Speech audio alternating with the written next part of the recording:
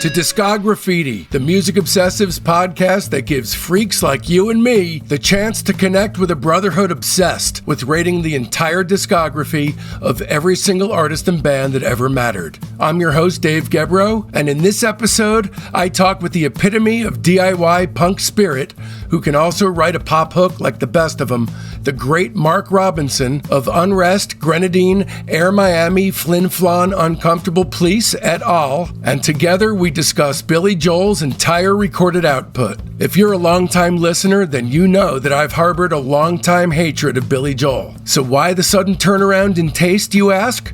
Discograffiti's Mark Robinson tackles Billy Joel, but Only Metaphorically series dissects every last release Billy Joel's ever had a hand in creating. Part 2 tackles his two early 1970s California-based albums after signing with Columbia Records, Piano Man and Streetlife Serenade. And away we go then! His first album in Phase 2 is Piano Man, released November 14th, 1973. Here's Billy Joel on Piano Man from the documentary. For Piano Man, I'm not sure what I was trying to do with the album. I know I had all kinds of disparate material, kind of a lot of different influences. There's some country western, bluegrass even, the waltz.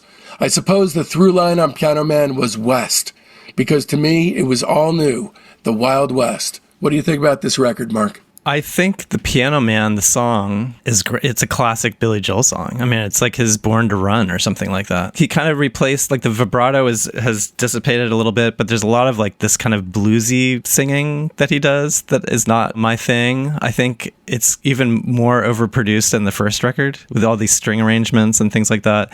I know you were talking about the pedal steel, how you're liking that, but there's like, seems like way too much pedal steel. I can't remember which album in the documentary he said was his country album, but sounds like his country album, which I love country music, but I don't know if it was right for Billy Joel. So at any rate, it's not my favorite, but I think the Piano Man's great. I think Captain Jack, I think a lot of the songs, as you were saying, like in Songs from the Attic, when he went back, instead of doing all his hits for his live album, he went back and did all the songs that nobody knew. And he did like Captain Jack is on there. And you're like, wow, what a good song. But if you listen to it, I feel like on this record, it just is not, it's just overproduced and bloated. I mean, I can literally hear this guy trying to find out in real time what it is that he does best, while literally not knowing what that is. And, what I love about that is that these days, artists are not granted that kind of latitude. Bands either know what they want, they're ready for the record company, or they're fucked and they're done. For example, Clap Your Hands, Say Yeah. They didn't have a chance once the second record, they kind of lost their way. They were done. These days, artists are not granted that kind of latitude, whereas bands like Fleetwood Mac and Pink Floyd, if they didn't have those awkward middle stages, they never would have been incredibly successful. Or even like the Bee Gees, who were very successful and then had a terrible period, but then became gigantically successful. That's a perfect example. That middle period, people weren't buying their records. They were lost in the desert for a while, and then slowly but surely found their way. It's like it was a period of, once Barry Gibb found, the falsetto voice, it was still another 2 or 3 years before the disco thing took off. Right. It was slow. But also, Piano Man was a hit. Like it was like number 32 or something like that. So it's not a complete failure. No. Even though he's just experimenting. Like they're like, oh, there's something to this guy, maybe. Yeah. The title track was a number 25 hit. Travelin' Prayer peaked at 77, and Worst Comes to Worst peaked at number 80. The record overall, probably mostly in later years, sold a lot. It went 5 times platinum. So it did pretty well, but I think it was more of an eventuality. It starts off with Travelin' Prayer, which has to be the jauntiest tune in Billy Joel's catalog. I mean, the bluegrass thing, it's like an amphetamized bluegrass honky-tonk thing. That's Eric Weisberg from Deliverance on there. Oh, really? Interesting. On banjo, yeah. I mean, Dolly Parton covered for Christ's sake. Really? Wow. I think it's all right. I think that's a good song. But again, this is him shopping. He's like walking through a mall that's filled with subgenres, and he's shopping. And this is one of his stops in the mall.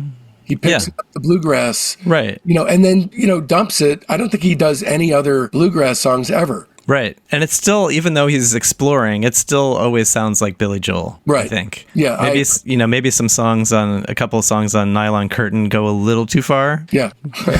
Yeah. I like Traveling Prayer. I can't say I love it. And honestly, Piano Man, this is the best Billy Joel song whose charms I am entirely immune to. I mean, it's hard for me to listen to it anymore. I've heard it too many times. Right. I can see that. It's clearly his signature tune, and there's a great story behind the creation, a lot of good intention behind it.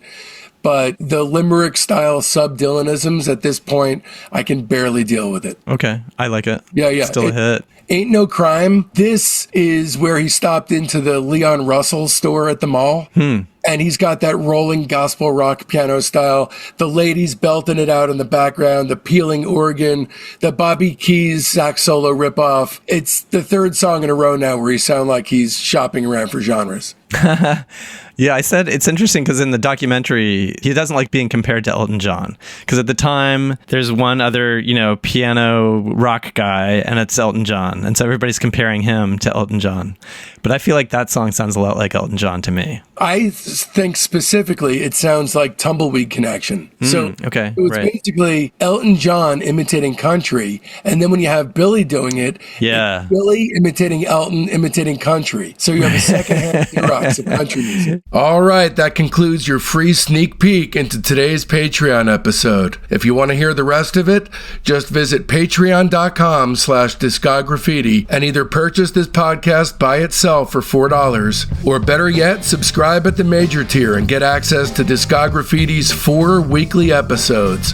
That's Friday's free episode, the Sunday Discograffiti Soldiers of Sound episode, which showcases Patreon members and the Elephant Six world, your Monday bonus episode, and your Wednesday early release ad-free super extended director's cut of that Friday's show.